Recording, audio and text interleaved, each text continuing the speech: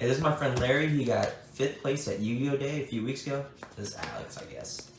Alright, well, we're playing Prank Kids, and 3 the best one, and then the next one, next best, and then the okay one because of the time rules, and then the worst one. The reason why this one's the best one is because you can send any spell or trap, like anything, like you're missing basically, like if you want the continuous spell or the field spell, you can send that. And then once you summon Doodle Doo, Doodle Doo will search you a card and then distribute Doodle Doo and add it. So you basically get 2 searches with this guy. And then there are times where you draw Instant Fusion and a Prank Kid, and usually that combo doesn't end on a Dweller. But if you also drew a Poly, you can basically end on a Dweller just because of this guy. He'll send a name to the grave that you haven't used yet, and you'll use Rocky Ride to bring it out. And from making Rocky Ride, you'll use a name, so you bring out a new name that hasn't been used. Rocky Ride will bring out another name that hasn't been used that you sent to the grave, and the chicken, so you can add back something from the grave again. From there, you link into a dog, and then those 2 will bring out the level 4, and then from there you get Dweller right away, or Toad if you want it. Yeah, this one's alright, the time rules, and this one sucks because if you're like me, you're like super nice at this deck, and you draw a full combo with 2 nice cards, and then to resolve this card, you have to banish a card from your hand, and you always draw a dumbass Prank Kid monster with it, and it's kind of just dead in your hand for a while. But those are the Prank Kids. You have to play 3 of each, unfortunately, until they give us a Link 1. Then the deck will be really nice. I'm playing Alistair because I am playing the Alistair version of the deck. I used to really hate playing Invocation because again, with this card, I'd always banish something good out of my hand and end up drawing an Invocation with no Prank Kid cards in my hand. And it's kind of just dead, so I cut it for a long time. But I've been playing this deck for the past year, so now that I decided to play this version, it makes the Invocation way more alive. Like, it just gives you way more options, and makes OT King really easy. Shout out to Saul, by the way. And then for the hand traps, only play the Ghost Spell, because I don't want to get called by the Grave Sacked. And it's good against Orcus. Not bad. But for the spells, the Terraforming and the Set Rotation is because I also play the Mine, so yeah, I always have targets for it. But Terraform is pretty obvious. And Set Rotation, play a lot of field spells. But this card, I'm not going to lie to you, I don't think I've ever resolved this card in 1. But, I mean, it's worth it. It's worth it, but, like, usually game 2, I side it out. And if game 2 is short or, like, there's a lot of time, I'll side 3 back in for the game 3. 2 Desires. This card kind of sucks. I always banish it off of Roxy's, but yeah, if I don't draw a combo, then I'd rather have it than not. And for my Yu-Gi-Oh! Day list, I wasn't playing these 2. I was playing another trap, and it's 41 right now, so 1 more card. But the problem I had with mine was that a striker can play mine because they play a lot of cards that will, like, you play mine not to like stall for time, but you play mine to like wait until you draw something that out, like a problematic card like Afterburners or Jamming Waves or something for like spells or traps or monsters or whatever. And so whenever I would activate mine, the reason why I don't think it benefited me that much is because it was probably way too early in the games, like in terms of like it being game 1 or 2, when it really should have just been like game 3 where I would focus on playing mine. And then on top of that, it's like if I activate mine and the reason I can't play is because of a floodgate or something, it's like I still have no way of outing it. So I wanted to play the 2 Cyclones to basically give myself some outs to cards and help make mine better, because I thought it was really lackluster at first. And then for the Polys, the 2 and 2, I would play 3 of this and 2 of this, but the deck's already over 40 cards and I didn't want to play anymore. And this is probably the better one, but I do like playing Poly because you can use stuff on the field. And 2 meltdowns for it. And for the Prank Kid spells, I'm playing this one. This one's like the best one in my opinion because it's just recycling resources and it's gonna let you draw. Like Prank Kids is that Gusto Emerald right here, man. And I don't know, like nobody outs it, and so I constantly just like get advantage for free basically. What does it do specifically?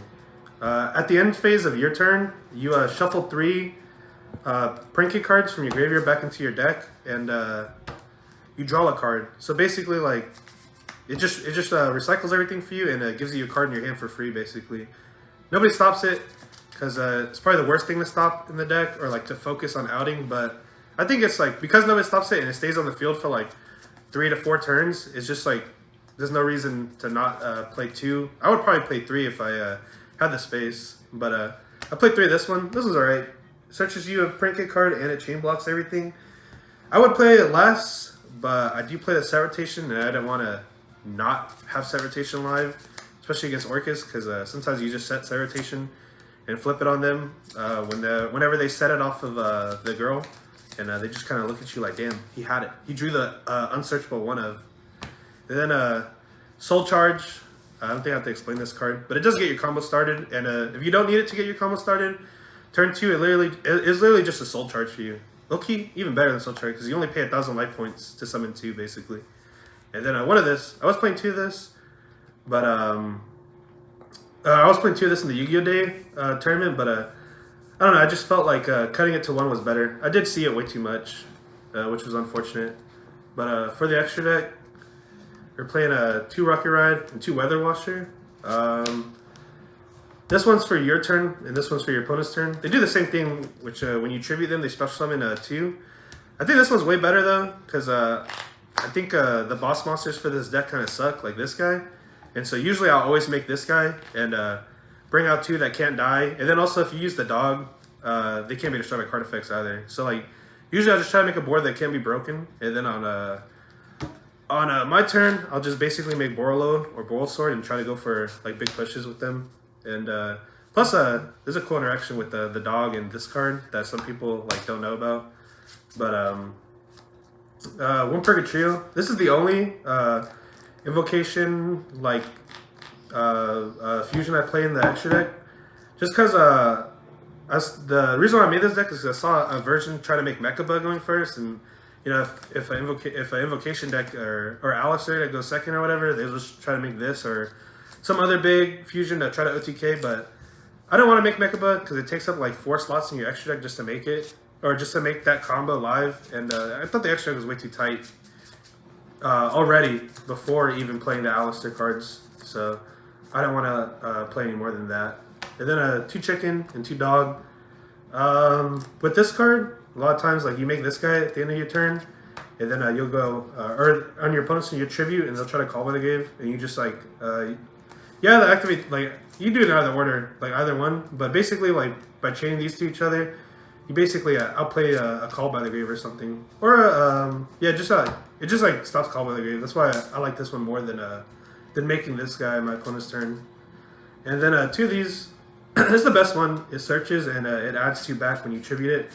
A lot of times people imperm this card, which I think is pretty wrong, because a lot of times, like I said, with the green one, you'll send something to the grave. So if they imperm this, just like send the quick play poly, and then just make another one and then tribute it off to get the quick play poly. So usually I don't think imperming this is like the right call. And then for the other ones, we're playing 1 Borreload and 1 Boral Sword.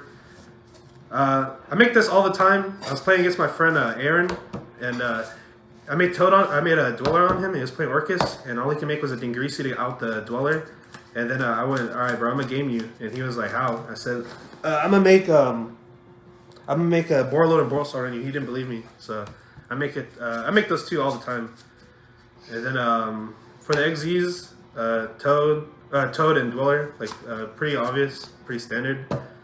But for the 3 cards that makes the extra deck really tight is these cards, because a lot of times when you're going second, or like not going second, but like when you already made the Dweller, normal summoning an Alistair basically is kind of like, what do you do with it?